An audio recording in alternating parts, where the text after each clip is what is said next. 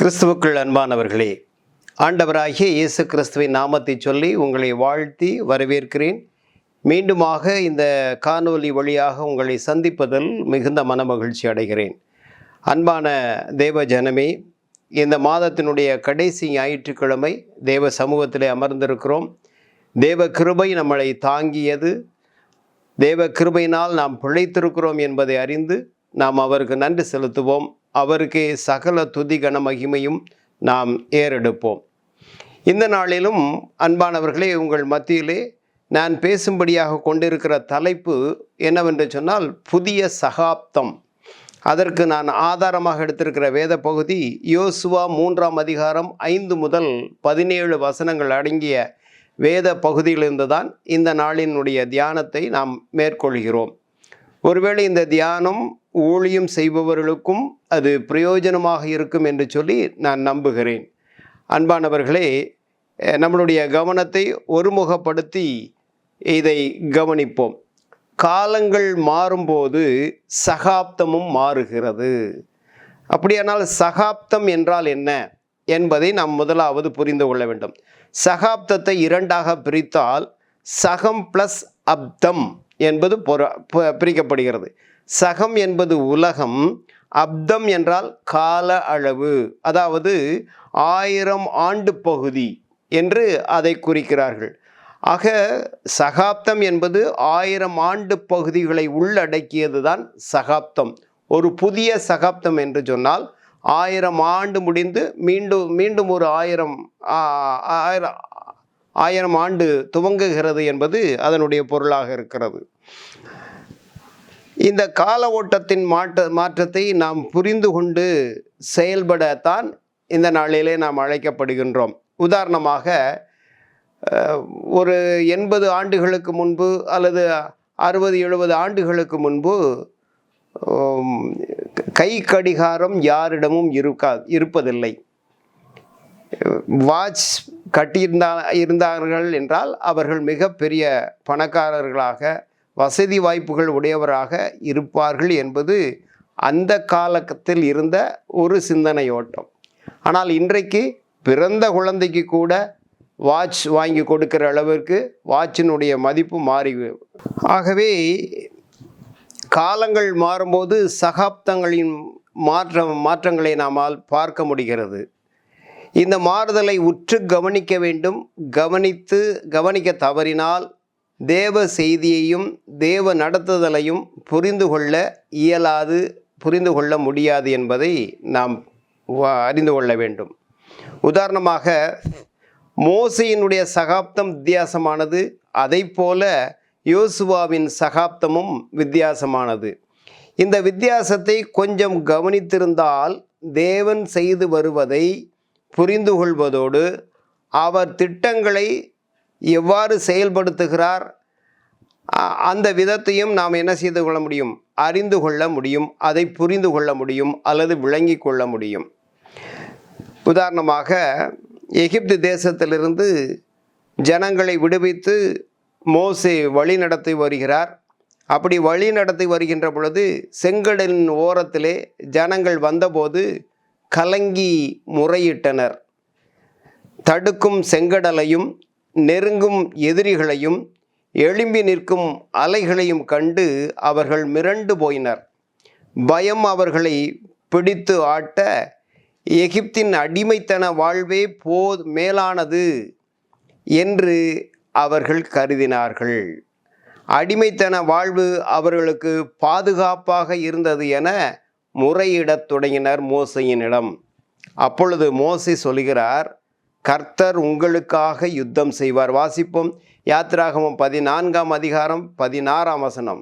கர்த்தர் உங்களுக்காக யுத்தம் பண்ணுவார், நீங்கள் சும்மா இருப்பீர்கள் என்று அவர்களை தைரியப்படுத்தினான் என்று பார்க்கிறோம். அப்படியே அவர்கள் சும்மா இருந்தார்கள்.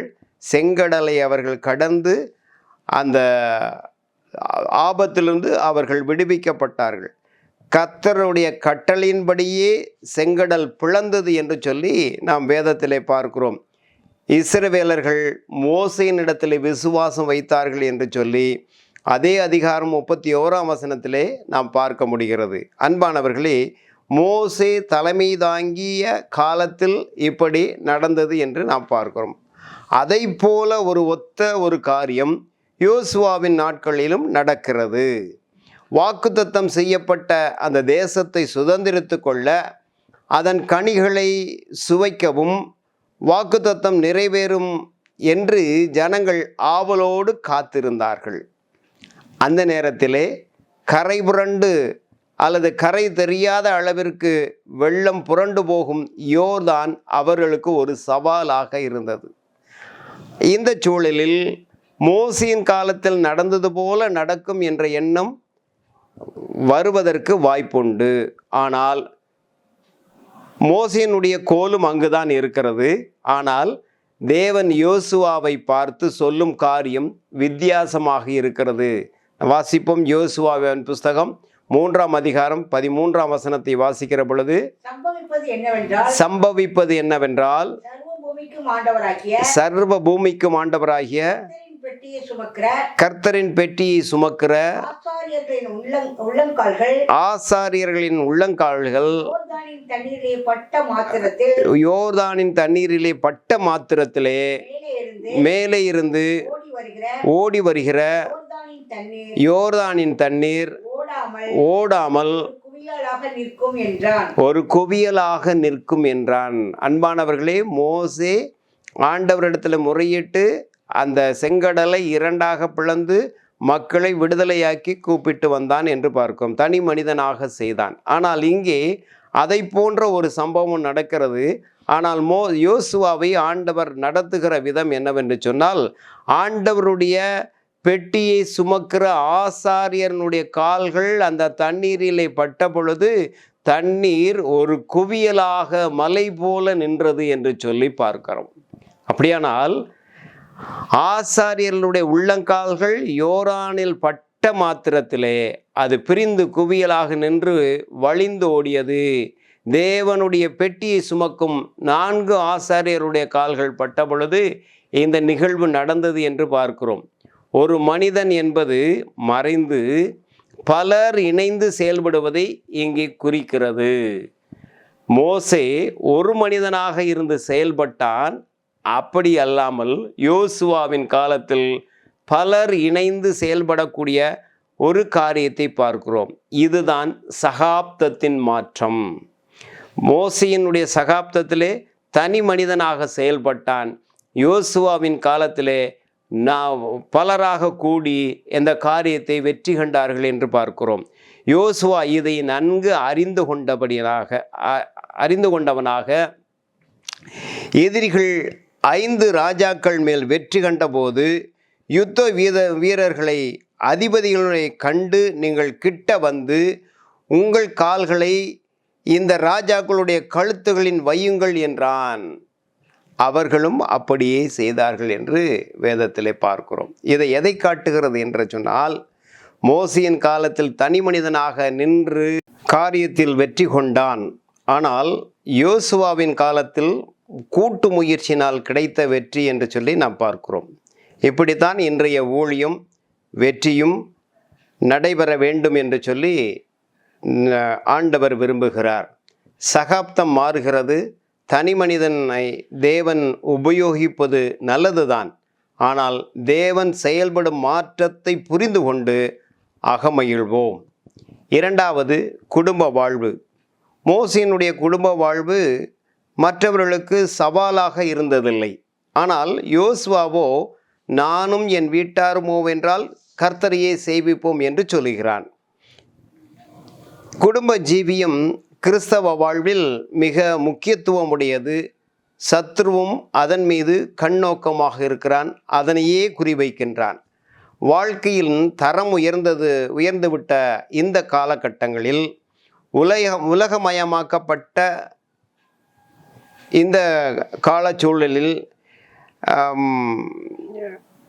குடும்ப வாழ்வு உடைபட காத்திருக்கிறது. அல்லது உடைபட காத்திருப்பது குடும்ப வாழ்வுதான்.